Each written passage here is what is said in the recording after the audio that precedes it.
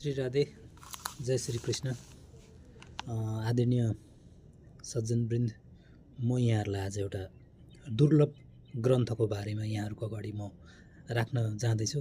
सायद नै यहाँहरूले यो ग्रन्थ सुन्नु पनि भएको थिएन होला र यस्तो हुन्छ भनेर पनि यहाँहरूले कल्पना गर्नुभएको थिएन, त्यो त म जान्दिनँ, तर मैले चाहिँ गरेको थिइनँ। यो अनुलोम विलोम ग्रन्थ भनेर यस्ता नाम छ। यो चाहिँ 17औं शताब्दीमा श्री वेङ्कटेश्वरले रचित एकदमै दुर्लभ ग्रन्थ हो। यो ग्रन्थमा चाहिँ 60वटा श्लोक छ। 60वटा श्लोक छ। यो 60वटा श्लोक चाहिँ अगाडिबाट पढेर श्लोकलाई अगाडिबाट पढेर गयो भने रामायण आउँछ। त्यसमा रामायणको कथाहरू जति पनि जुन चाहिँ रामायण छ, रामायणको कथाहरू आउँछ त्यहाँनिर। र उँधोबाट अनुलोम विलोम भनेकै ब्याकबाट अगाडि फ्रन्ट आउँदाखेरि पछाडिबाट पढेर त्यो श्लोकहरूलाई पढाउँदा चाहिँ रामायण आउँछ। महाभारत आउँछ। महाभारत आउँछ। यो श्लोकहरू यस्तो छ। यो चिज तपाईँहरूलाई यो कसरी ग्रन्थलाई सोच राखेर त्यो जमाना 17औं शताब्दीमा लेखेको छ। यो शताब्दीमा लेखेको ग्रन्थमा एकदमै दुर्लभ छ। यहाँलाई म भन्न चाहन्छु, म यो मेरो पुरानो पोस्टबाट मैले कोभिडको टाइममा मैले पोस्ट गरेको थिएँ, त्यतिखेर कलेक्सन गरेको थिएँ।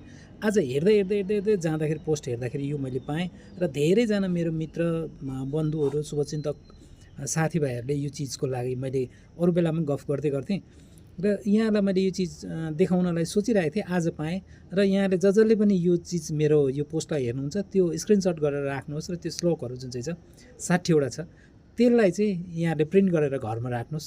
यो दुर्लभ छ, कहीँ पनि पाइँदैन, दुनियाँमा कहीँ पनि पाइँदैन। यो चिज उल्टा 30वटा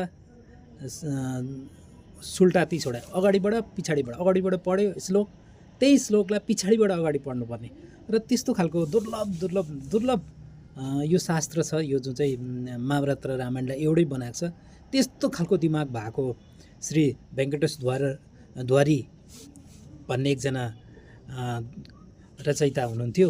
उहाँले रचेको हो यो र एकदमै दुर्लभ छ।